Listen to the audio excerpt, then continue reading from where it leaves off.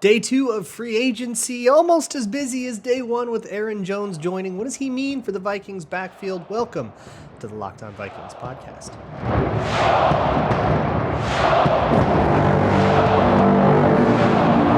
You are Locked On Vikings, your daily Minnesota Vikings podcast, part of the Locked On Podcast Network, your team every day. Hey, everybody. Welcome to the Locked On Vikings podcast, where we're always trying to learn something new. It's part of the Locked On Podcast Network, your team every day. And thank you so much to those of you who listen every single day to this show. I appreciate y'all so very much. You guys keep this thing alive. If you are new here, you're just trying to figure out some information about Aaron Jones, hello and welcome. You've come to the right place. You can find this show, of course, anywhere you find your favorite podcasts. If you'd rather listen on audio, you can do so anywhere you listen to audio podcasts, on Sirius XM included, the Sirius XM app. You can also find this show on Amazon Fire and Roku if you prefer a video version, or just go to YouTube. Today's episode is brought to you by Gametime. Download the Gametime app, create an account, and use code LOCKEDON for $20 off of your first purchase. Today on the show, we've got a lot to go through. We've got some cuts, some re-signings, but the big piece of news coming out of Tuesday, the second day of legal tampering, is that Aaron Jones has agreed to terms with the Minnesota Vikings. As an actual release from the Green Bay Packers, they actually cut him. He actually gets to sign before the actual opening of the new league year, which will happen today, on Wednesday, around noon Eastern, or I think, on noon Eastern.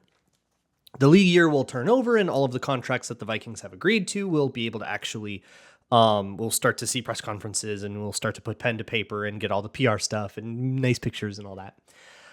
But Aaron Jones can kind of start that process a little early because he was an actual release. So, what does all of this mean?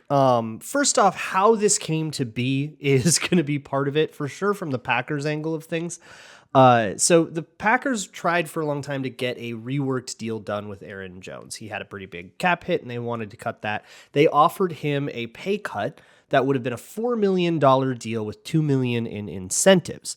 I don't know off the top of my head what he was going to make, but I'm pretty sure it was like almost twice that. It was like $13 million or something like that. So it would have been $6 million, up to $6 million, but only $4 million in base salary. He said, no, thank you.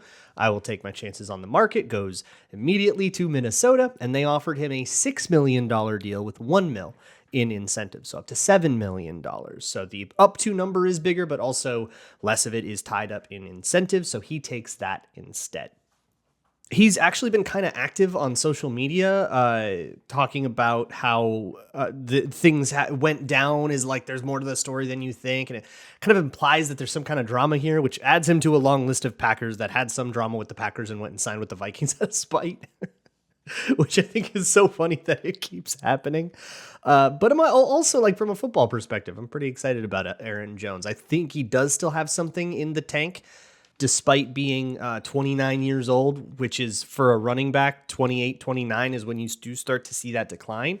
But I also think the Vikings paid for that decline. You know, I mean, this is not the 12 mil that you're getting for Saquon Barkley or Josh Jacobs. This is not, what did Jonathan Taylor make, like 14 mil, right? This is 6, maybe 7. Not so bad. It does, I mean, he's going to be the starter, right? That is the big thing that the Vikings needed, was like a bona fide starter. The idea of, you know, drafting some 4th rounder and having him come in and compete with Ty Chandler and Kenny Nwangwu. I was always a little worried that it was going to be like so moneyballed out that it would like hamstring the run game. Probably shouldn't say that when it comes to Aaron Jones, but that would hamper the run game. But Aaron Jones is very much like, his superstardom will probably be limited as he goes on, but it's a 1-year deal, right? So we're not, you know, committing to him for 4 years deep into his 30s. And he reads the plays out right. He knows how to read wide zone. He's pretty deft in the second level, and at the very least knows how to angle himself in the second level so that, you know, you can maximize the chances of being tackled forward. Stuff like that can add up in value a little bit, especially when you're talking about running back value, where you are kind of looking to like pick at things on the margins. That is the sort of stuff that will separate one running back from another and will hopefully bring the Vikings run game, as it was redesigned last year, To me, I think the move now is for the Vikings to basically run that scheme back and essentially hope, okay, the problem was running backs, which I think is the take that I've sort of landed on after having a lot of time to marinate on the Vikings run game over the season and the problems that it had. And hey, some games it didn't have any problems. It did have some games where it was like suddenly very explosive and maybe they even could have gone to it more. But for one, they didn't have a very high volume run game. So you're not going to have a lot of 100-yard games because they just don't have that many carries. And that will also help with somebody like Aaron Jones, who's a little bit older and a little bit more injury prone. My expectations for this, I guess, are tempered. I'm not expecting a 1,400-yard season or anything from Aaron Jones, but hopefully it will make the thing competent enough so that you can at least get a halfway decent success rate out of your run game and have it be something that, as you are setting up your run plays and doing your play action, you're not falling behind the chains while you're doing it. That's really all I need out of the run game right now. And hey, if you do have a game where Aaron Jones just decides he's going to go off, hey, great. We take those. We love those. And here's the deal. It's not like he's, it's not like he fell away off and he's on a super decline or anything like that. He was hot at the end of last season in the playoffs and in the Packers like hot streak. He was rattling off 100-yard games everywhere.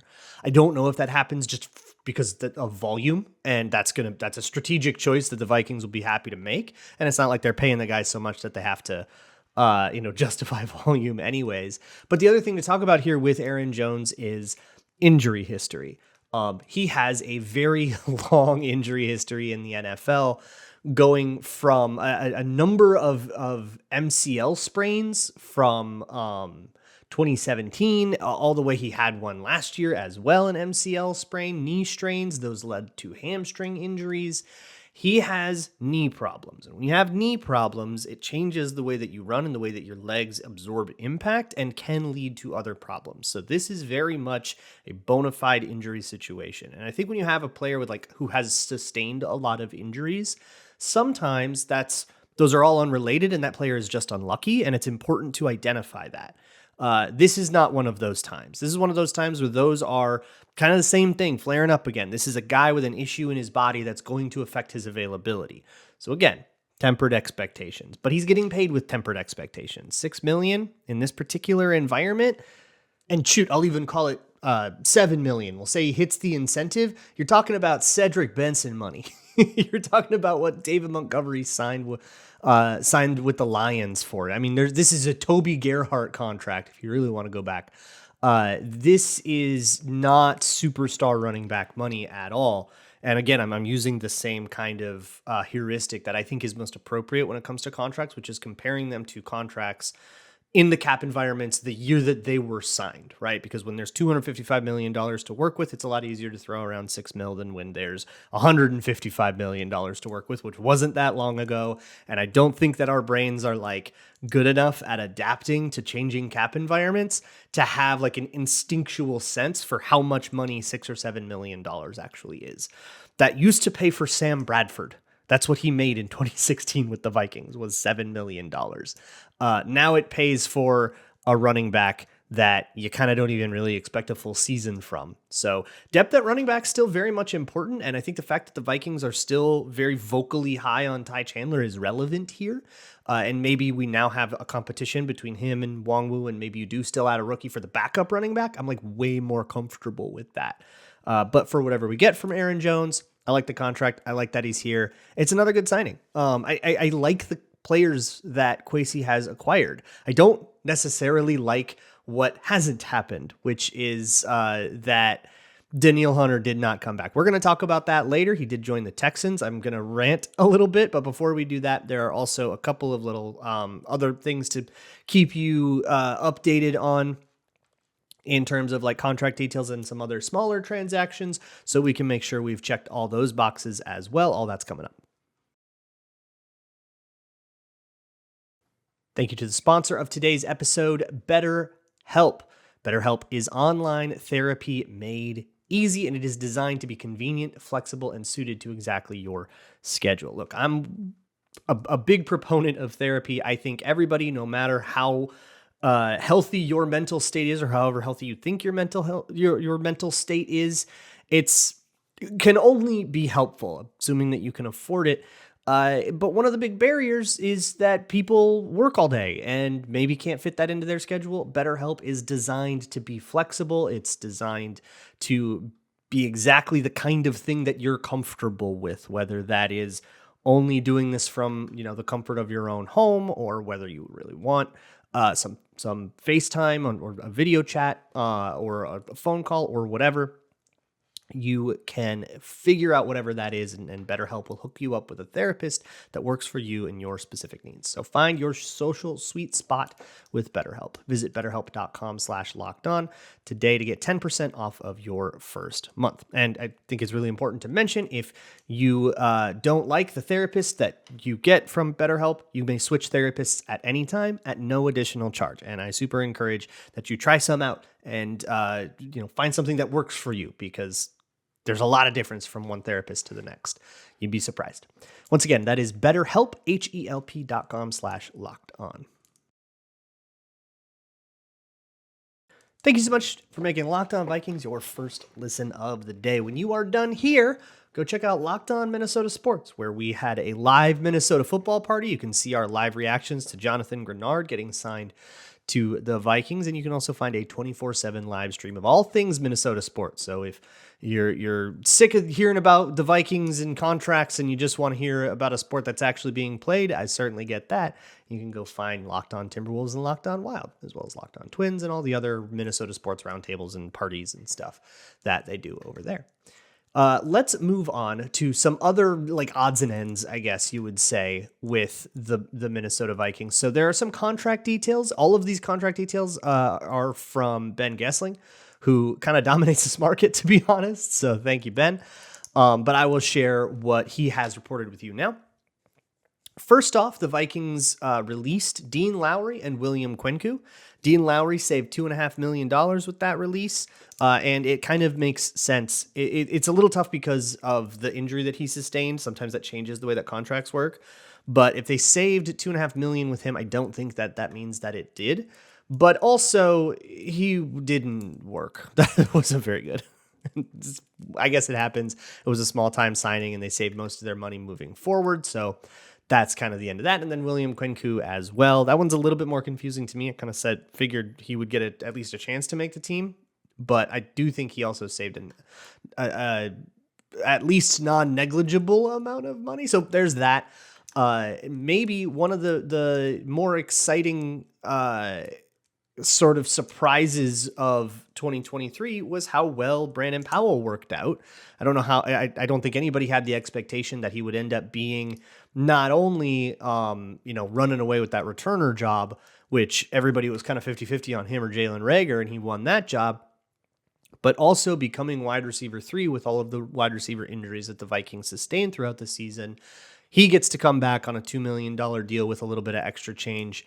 Some extra signing bonus. It's like 2.5-ish, I think, or a $2.75 million deal if you include some incentives he has for punt return stats. So a fairly negligible amount of money there, very much like a depth guy, but still worth mentioning. He kind of balled out, man. I'm really happy to see him come back. He seems like he's just like Kevin O'Connell's guy. It just kind of seems like every coach gets at least one that they just get to be obsessed with. And that's beautiful. I think that's lovely. That's okay. That's your guy, there's Brian Flores. I guess he gets his Andrew Van Ginkel. Yeah, all right. That's your dude, man. Fair enough. I support it. That's just your guy. And I haven't gotten to Van Ginkel yet, but from what I've seen from other people that have watched him that I trust, there's some exciting stuff there. So I'm excited to dive in there. I should also mention a couple of guys that have not come back to the Vikings that maybe you wanted to. There's Danielle Hunter. I'll get to that later. But there's also Dalton Reisner, who went on, I'll say, a campaign online trying to drum up some support for himself, talking about how he played well, how he's not asking to break the bank, and he just wants to get a starting guard salary, which I don't really know what that means. I don't know, like 7, 8-ish, 9-ish million. I mean, I don't know. There are guards making 20 mil a year. But then there's people think that Blake Brandel making $3 million a year is starting salary, which I don't think it is. But he is, trying to campaign for his own cause. And according to Darren Wolfson of KSTP, the Vikings have not extended any kind of offer to him yet. And I would imagine that if they wanted to extend an offer to him, they would have, and he would have taken it immediately. So I'm a little bit thinking that's, I mean, look, anything can happen, and that's only my tea leaf read of the situation. Could very easily be wrong, but it doesn't sound like Dalton Risner will be returning, which gives the Vikings a hole at guard. Of course, Ezra Cleveland stayed in Jacksonville, and if Dalton Risner doesn't come back, they do need a guard. I don't think that what they paid to Blake Brandel is starting money. I know that's crazy because $3 million used to be easily starting money for a guard. But again, we are in an environment that is not the same as what you are used to. You just have to change your frame of reference. And that you just got it. That's going to be on you to do. But I think that what Blake Brandel is making is closer to, you're a pretty good swing backup, an important depth piece is what I would say there. Like, okay, to put it in perspective, I think running back is now, outside of like specialists, is the least lucrative position out there. And Aaron Jones as a starter making $6 or $7 million. If your guard is making half of that, he's probably not a starter. However, speaking of specialists, John Parker Romo, as Tom Pelissero reported, is going to be the Vikings kicker. You can say goodbye to Greg Joseph. It's now John Parker Romo, who won a kicking competition. There's a guy named Gary Zauner who does a special teams camp, which happened recently, and they have like a kicking competition in that. John Parker Romo won that. He was also an XFL kicker for the San Antonio Brahmas and spent some camps here and there with the NFL as well. I don't think he's made an NFL team yet, but he's young, and he seems to be at least now he's the only kicker under contract. Greg Joseph becomes a free agent at 11 a.m. Central today. So that maybe he comes back and you have a kicking competition there. Maybe John Parker Romo competes with a rookie. We'll have to see what happens there. Pelissero also reported some details on Sam Darnold's contract. It's 1 year, $10 million with $8.5 million guaranteed. So it's not like this big incentive laden thing or anything like that. He's making $10 million to be a bridge quarterback. I talked about that a bunch yesterday. That is a pretty normal amount for a bridge quarterback. Again, adjusting for how much cap space they had, that there is, how big the salary cap is now versus other bridge quarterbacks in the salary cap environments that they signed in. So all of that kind of adds up and makes sense. But the thing that I think most people are upset about right now is Danielle Hunter going to the Houston Texans. I've got some emotions and I'm just going to process them live and you're going to listen to it. That's the deal. Welcome to the Locked On Vikings. Today's episode of Locked On Vikings is brought to you by Gametime. Great place to find last-minute tickets. Gametime.co, or the Gametime app. You have all kinds of things like flash deals and zone deals that can get you last-minute tickets, or you can just say, put me in this section, and Gametime picks the row for you, and you can find savings that way. I just actually had a great experience with a trip. I was with a group. We wanted to impromptu go to a hockey game, and we managed to find some tickets on Gametime real quick at a pretty great price, especially considering that those last minute tickets get marked up so often. Pretty sick. Download the Gametime app, create an account, and use code LOCKEDON for $20 off your first purchase. Terms apply. Again, create an account and redeem code LOCKEDON, LOCKEDON, for $20 off. Download Gametime today. Last minute tickets, lowest price guaranteed. All right, it's time to face the music. I don't want to acknowledge it. I don't want to talk about it, but we have to. Danielle Hunter, he's a Texan. He's no longer a Viking. He walks. According to the reporting from the Star Tribune, the Vikings were never as enamored with Danielle Hunter as I am. And I know I need to be respectful of that they just have a different opinion of the guy. Okay. If they thought the same thing about the guy that I did, they probably would have behaved differently. Right. And you just kind of have to work within that frame of mind.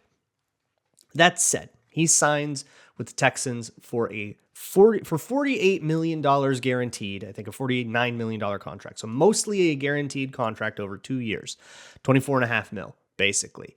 I kind of thought that it was going to be higher. So to my eye, it looks like the Texans actually kind of got a deal, but the Vikings didn't want to guarantee 2 years, and I get it. Danielle Hunter, I guess, is going to be 30, and that's when everybody dies. So, once you're 30, you can't do athletics anymore, and therefore, it's not like Danielle Hunter's ever been an athletic outlier or anything like that. So that's not an option. So they didn't want to commit to him, and he leaves. And for me, that just feels like such a fumble. There's such an unforced error to let Danielle Hunter leave. And I know that if Danielle Hunter stayed, we probably don't have Grenard, right? So you're looking at these as like this comparative thing. And Danielle Hunter costs about $5 million more in average per year as Grenard does. So that gets you, that difference is it gets you Blake Brandel and Brandon Powell. Like, this is the kind of chump change that we're talking about, the difference between those two players. You had to guarantee way more to Danielle Hunter. And actually the Vikings guaranteed 42 mil to Grenard. And it's a 4-year deal. So they have more team control, and he's a younger player, which, that everybody is very excited about. And I do like Grenard. I don't want to go too hard on Grenard at all.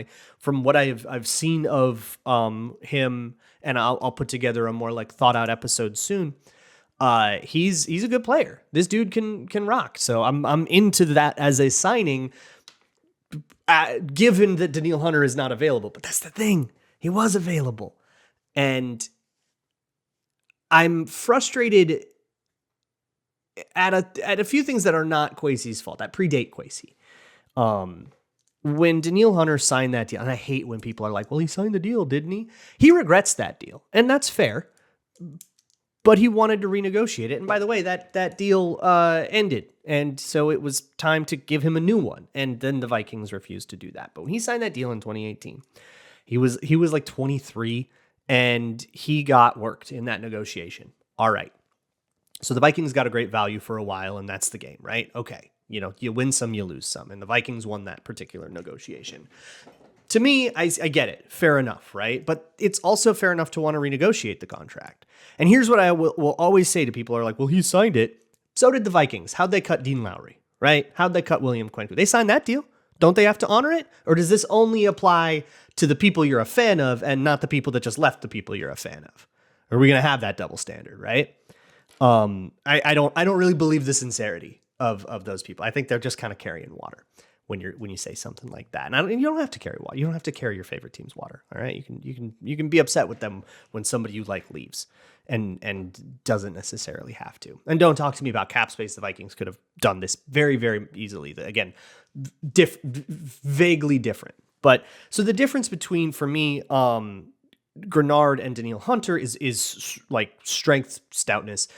Danielle Hunter has the quickness and the strength of like two players that are stylistic opposites molded into one. It's what made him so valuable. So if you needed a stout guy that could hold up to a pulling guard and like set the edge against counter, he had you there, right? Hammer, which is, shoulder into the blocker, deconstruct him, stop him from pulling, ruin the space. Beautiful.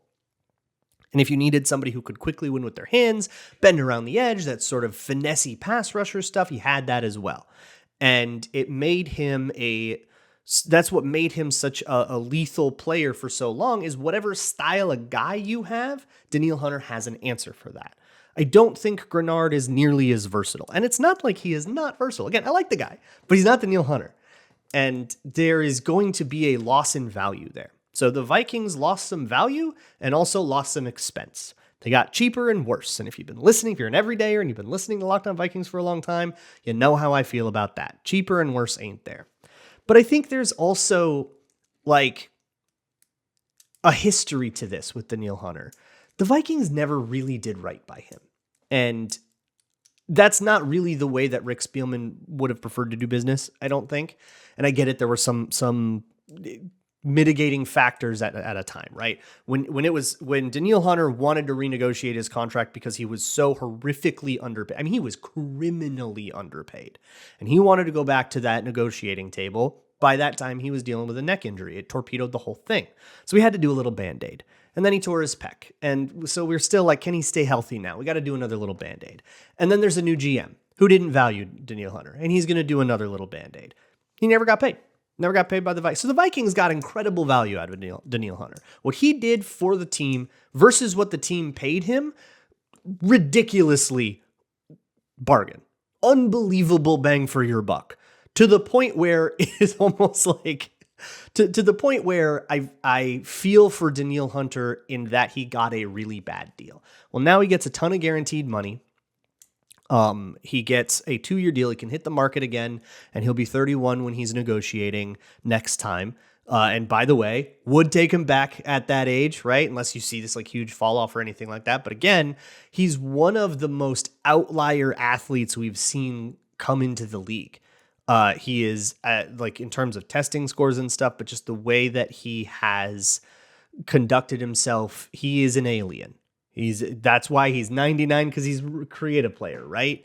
So I don't really think that the rules of our perception, which is when you hit the number that makes the first digit of the double digit number in your age different than everyone else, which is, I mean, that's the bias, right? It's that the even number 30 feels like you've crossed into this new realm, and that's just our own like number bias, means that you are done and you can't play anymore.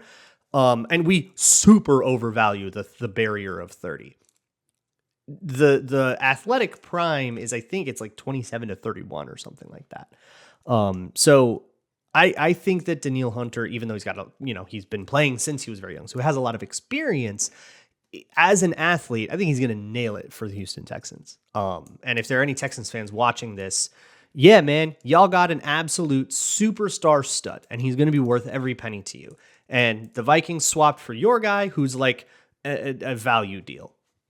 If you're going to get a little bit worse and a little bit cheaper at edge rusher, I want you to get better somewhere by using those savings and not just sort of disperse them into a bunch of depth players that will have marginal impacts on the team.